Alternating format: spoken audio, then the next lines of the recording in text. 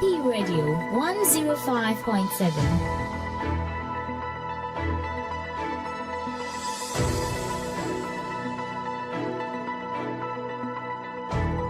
Action Power TV, the way of salvation.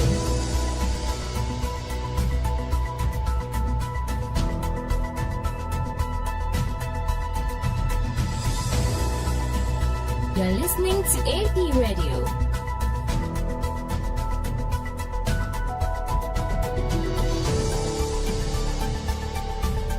Action Power TV, the way of salvation.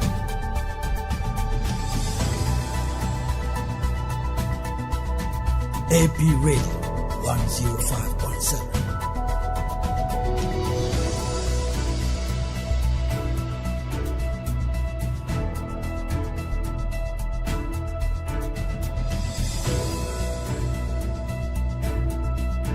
You're listening to AP Radio.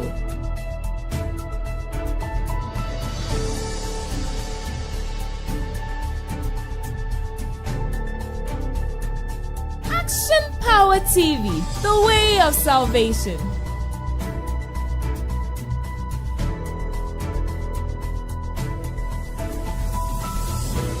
AP Radio 105.7.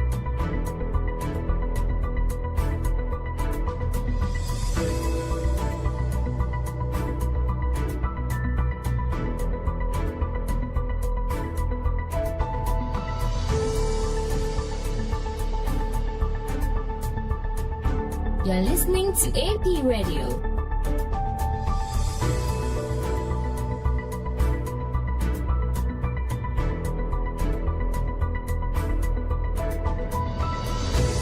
Action Power TV, the way of salvation.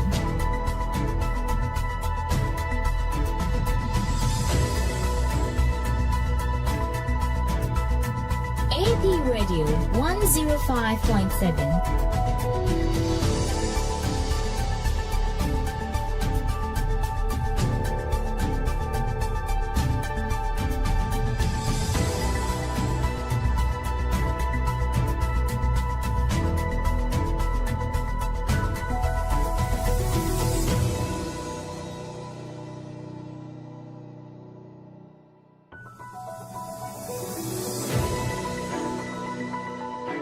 AP Radio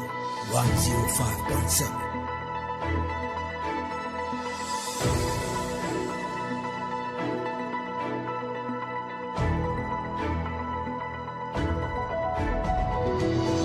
Action Power TV, the way of salvation.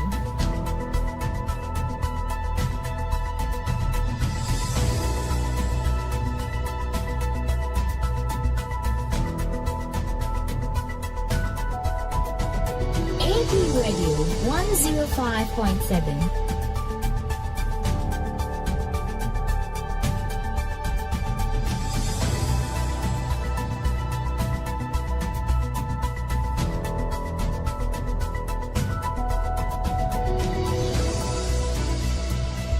You're listening to AP Radio.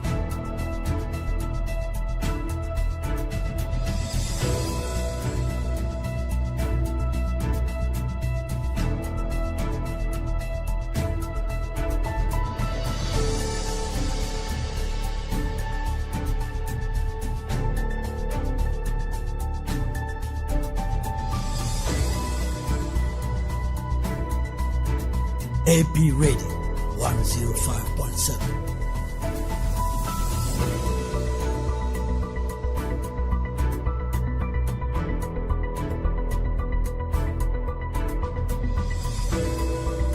Action Power TV, the way of salvation.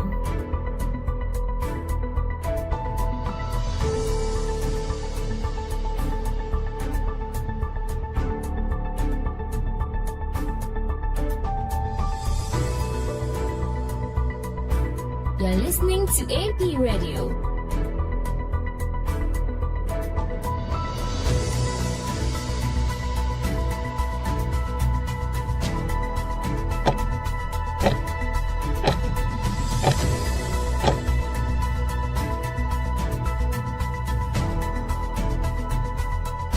Radio 105.7.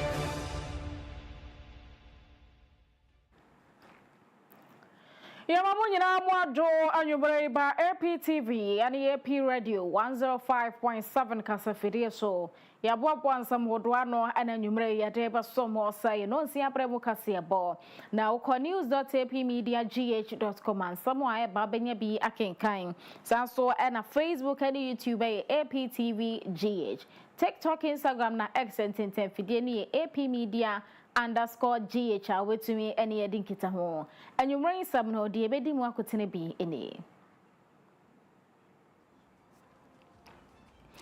ye mampani na Grenada for Prime Minister abesoe ne so a wo model sam hodo ene entiase ahyenkrata eso Bank of Ghana say ekwanya wo mobefa so na yesase mogudi to amrama ho kwa mo so tumi ayi afi ho ene se wo mo de nhyehyeye begu amasika korabia nkuma se wo mo betumi adi so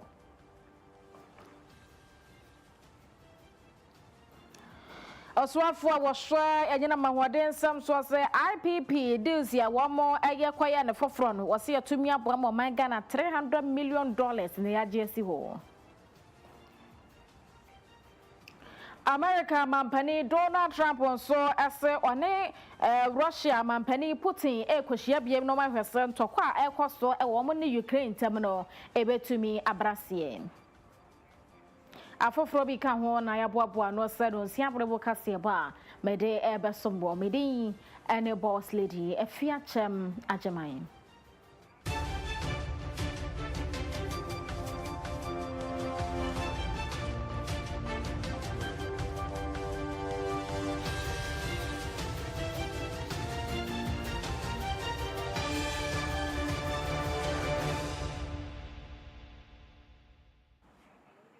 Dr. Kukudazi FM Yasafopadi awada Action Power of Faith Ministries ya no. Na nkyerɛkyerɛ nkwaje kwan eba nkyɛn kwasi ada no pabia no nso wɔ yɛn kasa fidie so. Na emu no wɔ kyerɛkyerɛ ya ability to see ya. Wama yɛ hu nse awofo bi a wɔn nso nyame na emom wɔn de wɔn ho ato nyame foforo so no wɔn ɛtete wɔn ma wɔn ndete wɔn ɛwɔ nyame som emu. Ebie nso so agya ɔno nso de ne ho ato ɛyɛ abosomfo ɛso na wɔn de ensa no ɔsɔre a wɔnom Watchra sesa wofo anase agya no ono so entumi entete ne ba ewo kwampa so entini nyina koba besi se sa abofra bi ekokodi awofo etesa nsam mo nsum nyame a abofra no na abrabo na yedanya ebeto kyew sa no ababa ya de so a ede ama eyetememfo na wose awofo bi wo wo mo akasa kora sɔre yete nyankopɔn sa wo mo ensom no ani nti sa no omo ntumi emfa bible mu ensem entia wo mo ema sade nei abofra bi eye bibitia na wofo a wofo no nso nyame nso ose bible se muni mo agya ene mo nani na saasam no Dr. Afia na akyerɛkyerɛ mu se so wofo agya ene enna pese wo mo ma ebu wo mo ade edi kan ene so mo beso nyame eno na wo betumi anya obuo ade afiri wo mo ma ho agya ana se wo ye mame na se wo bro ma pa na se wo ma wo mo ani padua ho nyina kotwa pia uti fo e wo nyame ani wo koda ba wiase akeke se wo be hye wo mo anyo ya na o ma wo mo ehuna mane nyame si nkoda ati sa no ense se wo mo tie wo o kan wo afisofo mo ma no tinsia chiche mu ba ko se emofrantie wo mawofo wo ewradim asem no eponi se wontie wo mo wo ewradim nanu na eye ewo nani so asia kyerɛ sɛ agya bi nsom nyame na mmom wɔyɛ busumsum ni kɔrensani a da biara warensa aboro na ɔbu ne ma basa sɛ maame bi so yɛ ɔkɔnɔfoɔ paa na wɔmmerɛ na wawo nsia na ɔsena obiara ne papa ɛbɛyɛ dɛn na agya anaasɛ maame a ɔte saa no ɔtu ne ma no fo Awurade mu sɛ woyɛ agya anaasɛ maame a wote saa wontumi nkɔfa nyame asɛm amabu bafɔ ɛsiane sɛ woankasa woate nyame so atua wonni Awurade mu ɛno nti wontumi mfa nyame asɛm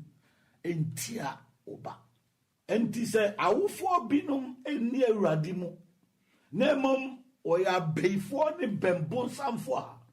nyame se memma ne mma ntie wɔ mo deɛ Awurade pa kyerɛ ne sɛ saa awofoɔ a wɔn tiri mu yɛ din a wɔn te saa no wɔn nhia anidie biara sɛ woyɛ maame anaasɛ agya na sɛ wopɛ sɛ wo mma adi anidie ma wo sɛ deɛ nyame kaeɛ no a wo nso so som nyame na wo nso fa anidie ma no sɛ wompɛ sɛ wobɛsom nyame na mmom wopɛ sɛ wosom abosom sɛdeɛ ɛbɛyɛ a wo tiri mu bɛyɛ den ama wo mma no na sɛ ɛho hia sɛ wode ɔmo bɛbɔ afɔre mpa a wode ɔmo bɛbɔ a ɛhia sɛ wonya anidie biara ɛfiri saa nkɔdaa no a wo tiri mu ayɛ den ama wɔn na wopɛ sɛ wɔn wuo na wɔn awofoɔ binom tiri mu adi ma wɔn ma papapapapapa na maamenom binom deɛ ɛkyɛn koraa maamenom binom tiri mu adi papa ɛma wɔn. Dr. Ephraim Twaso sent wo yo fa ma wonye tiri mu nya den ɛma wo ma na afei tete wo mo nyamesom kwa so ɛbasa wonyini a wonkɔfa esuban bɔde bi ntono ho tena kampɛsɛ wababa ba kyerɛ wo sɛ omu ade anasa nani emieye sɛ wotete wo bɔ kwampa so a wobebu obu ɛsɛfata bia wode bɛma wo afei so wɔkyerɛ sɛ ɛma bi wɔ hɔ a wɔn si mɛma kwan sɛ wɔn ntea wɔn ba bɔfra no yɛ bɔne ana maame ahwɛ de akyire sɛ ɔpapa kora kɔtea no ana maame na fa akyire akɔkorɔkorɔ sɛ de wɔn mum na yɛ a papa ne mum nyɛ wɔ sɛ saa kwan no ɛnya de ɛsɛ sɛ woyɛ ɔwofoɔ na woyɛ ɛna otumi fa so san sɛ abɔfra no mum nyɛ no nyina nam de ne ba wiase ɛsɛ sɛ ɔbaako ho sɛ mfomso aba otumi ma ne kwan ma wɔtea abɔfra no ɛnsɛ sɛ yɛgya nkɔdaa saa ɛsɛ sɛ yɛtete wɔn yie ɛno nti sɛ woyɛ maame na mfa ho sɛ wo ma no wɔn wɔ papa anaasɛ wɔn ni papa na wopɛ sɛ wo ne wo ma no a na wogya wɔn no obiara yɛ deɛ ɔpɛ a wo ho yɛ niwu sɛ maame wowo nkɔdaa sɛ wobɛsɛ wɔn kɛkɛ sɛ woyɛ maame na wogya wo ma no ma wɔn yɛ deɛ wɔn pɛ wontenetene wɔn mfa wɔn suban ne wɔn ne yɛ bɔne ho na sɛ wode aduane kɛkɛ na wosɔre a wode ma wɔn ɛte sɛ deɛ woyɛ wɔn te sɛ mmoa woyɛ maame a wo ani wu sɛ woyɛ maame a waware na wompere so ma agya no ntea ne ma no a woyɛ maame a wo ani wu woankasa na woyɛ ababaawa no na wasɛe na wompɛ sɛ wo papa bɛtea wo ɛno nti na wopɛ sɛ wo ma no so ɛnyɛ saa bi no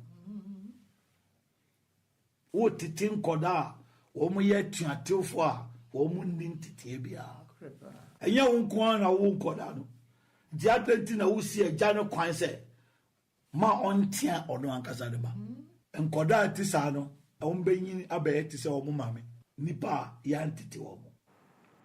Sofopani awada Action Power of Faith Ministries ya no Dr. Kukudazi Ephraim encheche nkwaje kwan mu nsɛm bi no ye kwasiada anopa no nso na eba na sebeso bi mo ye wukuada ene fiada enwumre no nso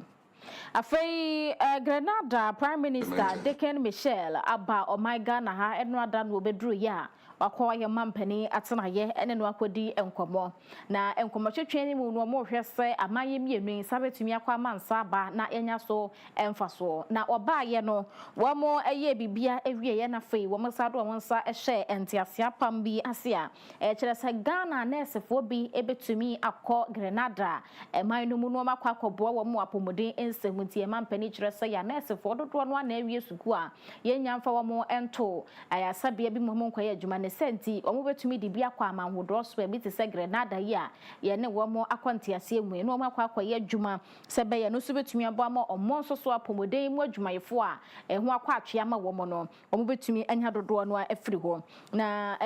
prime minister yi ene ka che ye mampani se August bosumi bia ne de di kan no wono mo edi dwumaso bi wo British na no no wo kire se eya ye mampani fo na ni nkire mu ho no so emewese de dwumade ne si ko betumi abo mo hu sa yonkofa eda ye ne Grenada ntam no ye kọ honom no mo so ba ha se be ye mu betumi amia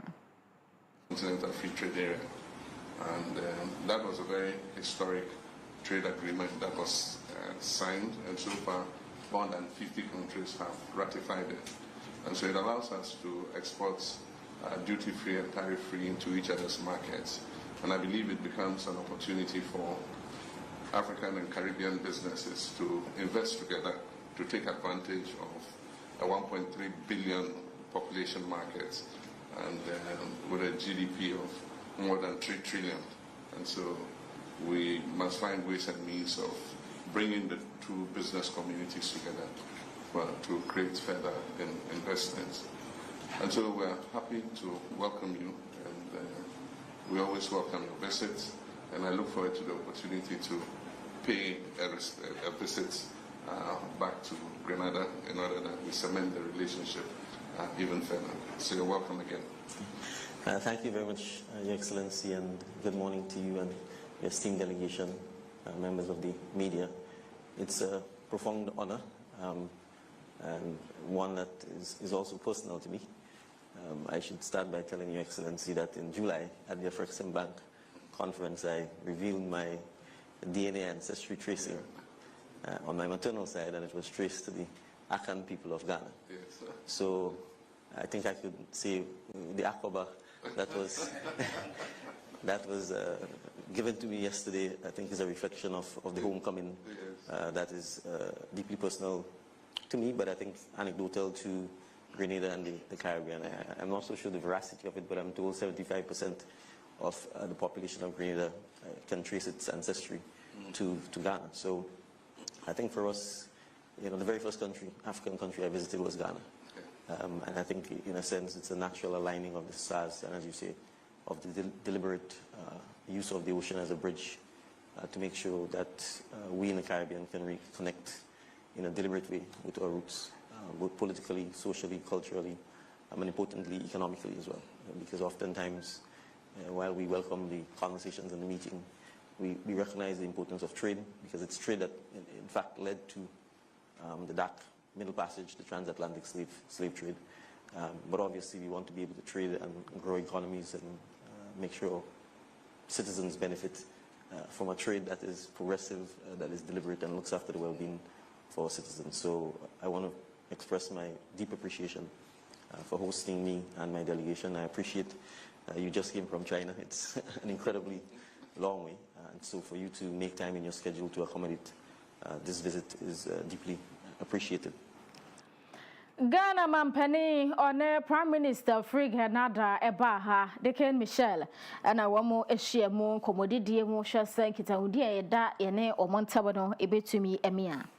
na yonko Bank of Ghana SSC de bosia hodo asika krabia enkuma edema no womode hwehweye bi ba sese womohwe no womode so sa hwehweye yi wo kyerese betumi aboa galamse ekun de musan sese so womo so de womo ho agimu bi ese ya nyina eno man no yetemu enti hwehweye da ne se wo sika krabia kuma womo ade ato sese obi ba baje bosia enkanka ene enyumaku akese a womo tu asasemu agudie no so womo ba baje bosia wo samode hwehweye gu akwam se bosia bosia na wo de odi kwaye adwuma no wo ye ne fan wo ye ne kwampa so anya de wo se ye nsuo esa ye nsa ase ne ye nkwaye na ekoba ne sesa adwuma no mu de de a ene na bosia no enya de a wo mo sabeka se wo mo de bibia so kama na Afia asase magudie no wo mutu no kwampa so de a eno na be ma bosia no wo mo nsa tumi aka enti we de follow up wo na sika korabia nkuma na sesa wo mutumi yansa na wo mo de bosia ama adwuma ko bi we ana Bank of Ghana kire se betumi aboa party fi January 2026 rekode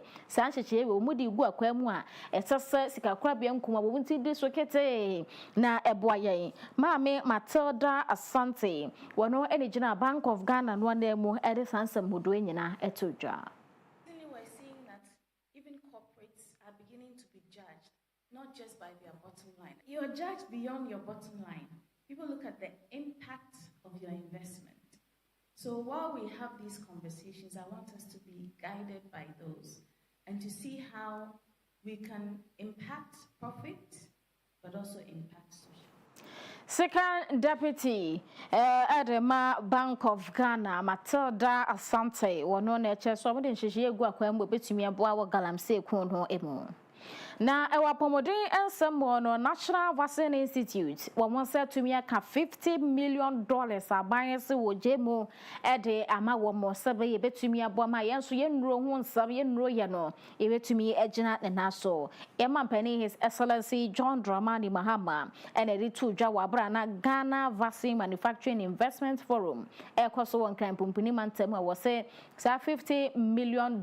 no wo mo de beboa ama ye nnuro ye nso etumi abemu a ennura ye credit free ama hodo so no ye mpese o musi ano na ye baga na ha ahatum be ye manufacturing hub kese a ebibre ma hodo nya de o mani be kirem Ghana ha betu nnuro di akọ enye ye ne ye kotu bi dia ba ne senti eno mo de sasike ehwemu ama ne bo ene se wo August bo so mi nim no aban e de $25 million ma wo mo ene se ne ye mampani asa hyebo e wo $50 million ho into kabo mo $75 million and aban no e de shemwa omo betumi ede awie na owura Charles Agbeve wono na e kire se aban no etire mu pa nei wode se sika na ma wo mo betumi aboa pa e wo mu dwumadie mu. You are now seeing the kind of infrastructure. I mean, if they buy cement, they buy Ghana cement. If they buy iron rods, they buy Ghana iron rods. And so I believe strongly that the $50 million that the president mentioned, we are on this is why we visited, to advise the president and advise the Minister of Health where to put that money for us to get the first vaccines produced in Ghana. I believe strongly that we are capable. We have the companies that can do it. They have the personnel, they have the technical know-how that they can do. We don't need to go and invent the wheel. And that's why I like the system they adopted. Tech transfer, fill and finish. So they bring in anti-snake, they get their vials, go through the system and fill. We can start with that. And later on, develop the capacity of our researchers, our scientists, to start also what? Building the capacity to develop the vaccines for us. Ora Charles Agbeve na echrasa bine so de sika bi say be bana Ghana yetimi abe manufacturing hub de amanura hodo de a wose ye betumi aboa.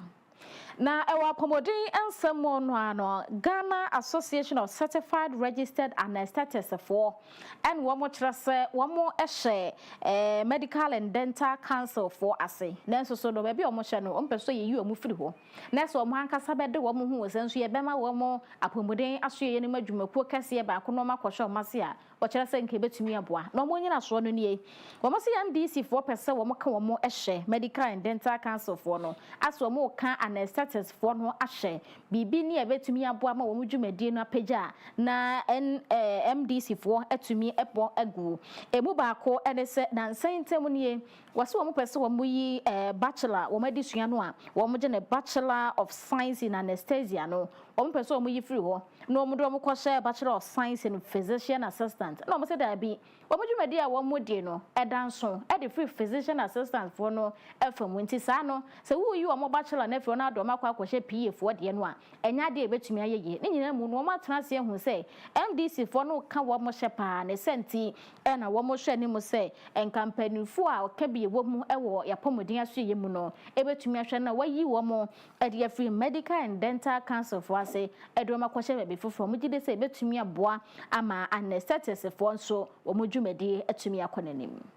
30% of those trained CRAs have left the shores of the country for greener pastures. However, in the recent survey, the number of CRAs stood as 943. That falls short of the 1,200 that was existing in 2023. Clearly, the figure has a direct pressure on the few service providers in Ghana. It means that one anesthetist here is to 34,944 Ghanaians. The number of CRAs trained per year by the training schools, we can look at it as woefully inadequate. We are therefore calling for an expansion and addition in the number of anesthesia training schools. Enti yera James enwensagra wono eneda ekuo no ano no woto asose omo ogidie pa warehemu sese yi wo free MDC fo no ase a ene na board kese e de ombekwa kwahase ne ebetumi atoto wo mo niama amade wo mo yere nkrofo anya wo mo so fo so sanse se ye de obi ebefa agarehwemu no obete yawo na wo mo aduro mo de bema nipa ntumi nti ya kopem se obewie ni process nyina de a eno mo dwuma no wo mo kire se dance pa de senti ese se wo mo asetena ntimi koyie na de MDC fo de ye wo mo no de o mo mfo aso. Regulation of CRAs under the Medical and Dental Council that I deem is a complete misplacement. Medical and Dental Council, with all due respect, that it is meant for dental and medical practitioners. GACRA has fought for a separate regulatory body, either than the Medical and Dental Council or the past years. This call has not received the needed attention. Today, we as CRAs are calling the government in its reset agenda to act now. Otherwise, we shall be forced to act unfavorably, and the only language that the government understands for CRAs, we know when to do it and how to do it, and we do it better than other unions. Enti wosha wamo ya anesthetists fo no mo na manuro ma ye de obefa surgery mu se ye de obefa ayarehwe process bi mu a wontumi ente ya obia e wo woni padua mu sa nkrofo no mo ya pomoden fam no omo kabo mu ko na ekire so mpese omo free MDC fo ase na ye de wo mo hye adwumakuo kese foforo ase a ebetumi aboa wo mo ma de omo ye no nipa nso etumi ehu. Na ya toso na ya ko DVL for akachia omo se afia ye besi mu no April so me de kan omo hwase na driver for atumi age license for kra na etumi aboa o hwase sa license yi ebema DVL for ene adi ehyen ahodo enam ya kwa so nyina echi afen so no be digitally identified ubetumi askane sa plate na omo de bema ehyen no unya scanne pe ehyen no ho nsam ni information nyina be yaba na eno so etumi aboaye na wo kire se nyame adom a April 1st 2026 na enya duru ho a wo mo baye ne nkakran nya se obi abebom no age ne de nti wo mo be hwase mantem mu do aye bida ekwakoye registration de wonye bida so na fe na mokoye ne foforo age nti wo be ne nkakran sa kopem so mo betumi awi a ebetumi aboma DVL fo dwumadie akonenim owura Julius ni Kote wono ne penimpa woda DVL no ano are going to enroll it, will let the public embrace it or reject it. And as I told you guys or indicated to you earlier, we've engaged most stakeholders. They are in agreement with what we are doing. We are going out to engage the public from here, and we hope the public will embrace, because it is your security and my security. The security of the state must always be paramount. So that is what we know. Ghana loses a lot of money because of smuggling of cars. My brother, there are 25 illegal routes by which people used to bring cars into the system. And when you are paying duty, and I'm not paying duty, but yet we are calling for development, how does it sound? Everyone in this country driving a car must ensure that that car he or she is driving, duty has been paid on it. And this is a way to check that. It is a way to check our security system as well. Someone steals a car from you. If the car is really registered with DVLA, and I type the car number, I'll be able to tell you where the car is. And it is only with DVLA. So the court gives us any order, it is only with the DVLA. Alright, Julius, ni kwa kote DVLA penimpa no nti wasasa plate no mde ba foforo no ehyen bia nya gibia ba bia wonam bia DVLA fo ni ba bia wonam a wo nsam nyina ekura wo mo ye ko nipa atena ye mo ensam.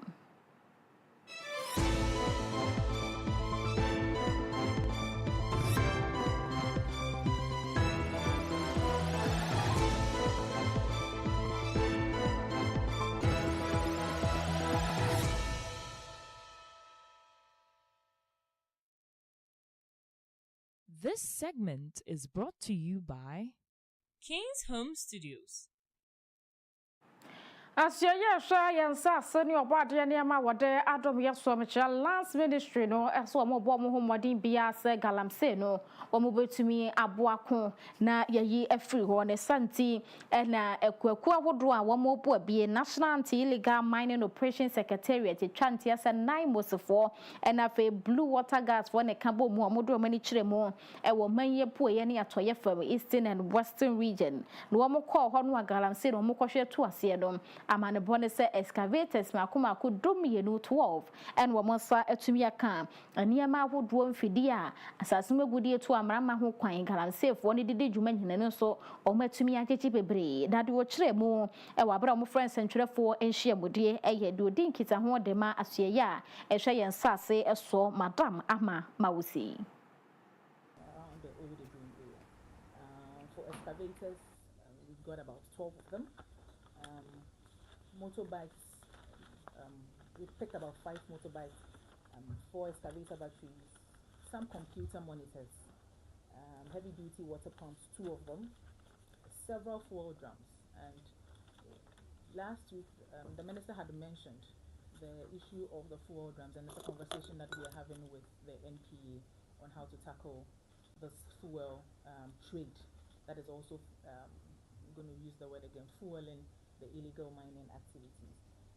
Multiple makeshift structures, because usually they set up these campsites there. So if you saw from the videos, lots of makeshift structures which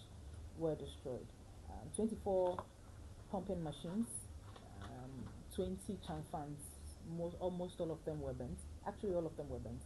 And then other tools, boards, equipment, and things like that were all found and destroyed. So basically, this is the activities that we have, the team undertook in the course of the week, focusing on the 2 pillars within our strategy, which is the Madam Ama Mawusi and a customer for Adema Lands Ministry no. Na ya twaso na ya basante mantem muha National Peace Council na so omodo mo na esi fompa na boko enchini wa show na ebia sane ya basante mantem kropon kumase mono ometumi hetu ase NSI wase wo hwe brono ahodro a wo kumase ha mamprosi ene kusasefo ewomu no aka ete se wo mo ya kanse animu ama de nchini wa show so aba asante mantem ha wo mo se e wo September afeya mo no ebi ma na homne so e wo asante mantem ya be bia bokofo no kusase ni mamprosi fo ni bi ete a eno so koba ne se Ashanti Regional Security Council for edo mo nan esi fomu a wo mutumi hwe ebre no na National Peace Council for say womuntumi ntina ho ma asumdua ye de ahye wo nsa so mo mani ni ahim ho my Ghana ha no entumi enhihim ne santi and was say October year mu wo motumi aba Ashanti Regional Security Council for ho mo mu no machia Mamprosi empanimfo ewo asantemantema ni kusasefo empanimfo ma enkabo mu ko ni ade wo mu nyina ahia wo modo mo nsa ahyente ase apomwase ne kyese tanchinu ahyo ne mentemo ho aseboko ene ahwa amantumi anya ya wasemutimi mfa ma asantemantam kropon kumasimu a ne senti wo munyina do wo nsa hyenkrata ase Reverend Dr. Ernest Adujemfi wono ene titania oda council na no de fotusam ema mpanimfo bia wo mo eye mamprusi afam ene wo mo wokusasi fam. For me, this is very, very, very important, because many a time when we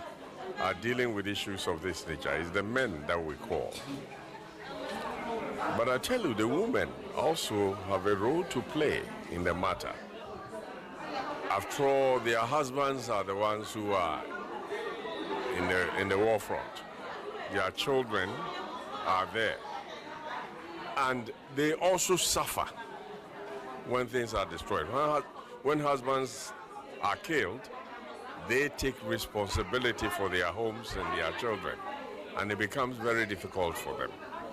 So we thought it wise to engage the women. And what we are doing here is only a small beginning. It is my wish that what we have started here will actually grow, that they will be able to really come together, demonstrate publicly the unity that they have, because you heard them, they kept talking about the fact that we belong to one another. My mother is Kusasi, my father is in the intermarriages. They keep talking about that. And some of our politicians, Ayaraga and others, they also belong to this intermarriages thing. So if the women will come together, even here in Kumasi, and demonstrate and show the oneness, not just in Kumasi, but even in Ashanti region, because I know that some of the people who came, some of them came from Asante Mampo, and some have come from different places. For us to demonstrate together that they are one, I do believe that is going to do a lot of things for the Boko Peace Initiative. Other women in different regions will also take a cue from what they are doing, and they will then follow. So for me, this is very, very, very crucial, and I'm praying that it will not just be a day's wonder, that the zeal with which they have spoken and the commitments they have made, we will be able to push it further for us to see that unity, that oneness, that public demonstration of oneness, so that it will stretch, and touch the different regions. Boko engineer Shoro and her National Peace Council do a see for say and yadia say a to Miss Saneba Santama Tankro Kumasimu Nesenti, Womane Mamprosi and Pennyfo Nikusas and Pennyfo Kumasian Eshia, Womushia Munofutusam and our day Amawomo. Ya ene wamo etrese enyadia wamo betumi atena so na enema bone so akoso ewo Kumasi a ebekwa kofa mentime ho ase ene wadwu bia basa de ekoso ewo bokono ye ko dwadie mu ensem.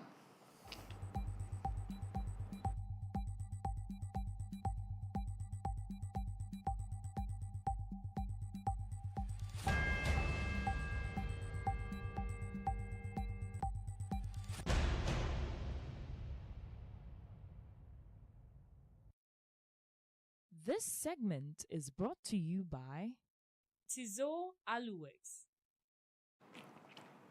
Swafo was share yina mahwoden ensam so no nyafo John Abdullah Jinapo na wako ensrawe wo Volta River Authority VRF akache ewon kan bumpuni wansam edede ye ni oduru ho no en wose owogidie wa hofama pa ne ahotoso se enche bia ye fa won nsam yina mahwoden nsam ebetumi agina ne naso a enya semkuma ni nya ne se independent power producers wamo a ede fa won ne enyina mahwoden ne ade atumi emaye no wose aban ne wo mwadi nkita ho a yasanso akwan hyehyeye foforo ewo enhyehyeye bia ne wo wo dada ho enhyehyeye foforo no atumi abo ama yensa ka $300 million a eno so ebetumi abo ama ye de ahwe bibi foforo ewo yenyina mahoden efemene eka ena ebunkam ede fa yenso energy sector ho no eka do so ho pa ntisi yensa atumi aka $300 million a wose ebetumi abo awo sansiesie ne ho na fa bibia so atumi akoye wose abandada no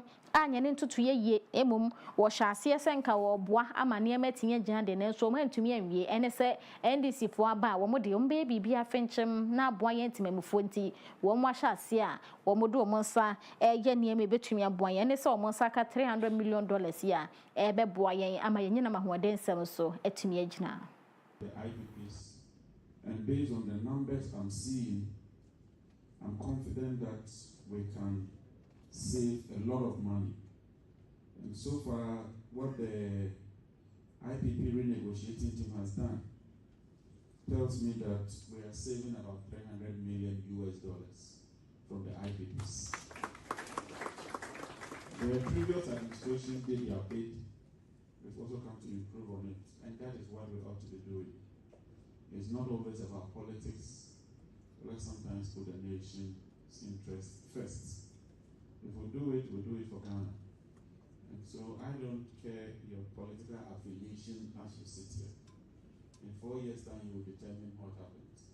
But before the 4 years, let's put VRA first, let's put Ghana first, and let's work and turn around this sector. This year's budget is giving us $28 billion, not for investments, but to pay energy sector shortfalls. If it continues like that, next year will be $35 billion. If we don't stop it, what it means is eventually, energy sector shortfalls alone will consume the whole budget, and it's not sustainable. So I've been working with the team aggressively to turn around that unfortunate scenario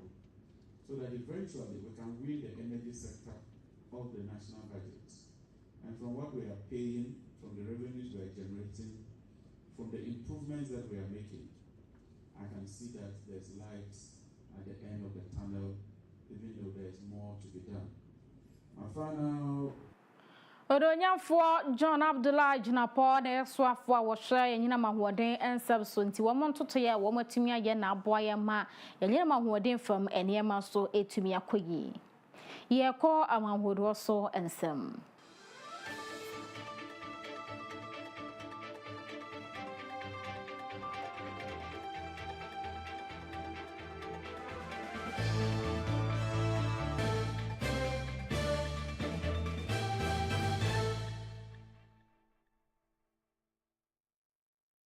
This segment is brought to you by Desat Solutions. America Mampani Donald Trump and Russia Mampani Vladimir Putin wamu eshia ye enrada wo ye White House a omudi nkomo amanebone se donhwere be mienu a ni nyina no amuguso ehye White House wa bomudi enkomo wamu we ye Trump mu epie ye no anansantwafo ene no ekasa se sa enhyiamudie ebetumi aboa ama Ukraine Russia ntokwa no etumi abafomo ana Donald Trump say wone Ukraine so mampani ensu ebehia Zelensky no ma hwese enjinyuahwe no ebetumi abafomo a na no no ka to aso se wanwan obi betumi adwen hwahu se wo Middle East enjinyuahwe na ama no hom ne so Palestinians for ni Israel for ntem watumi akwa akosiesie san enjinyuahwe no a Russia mampani Putin a wono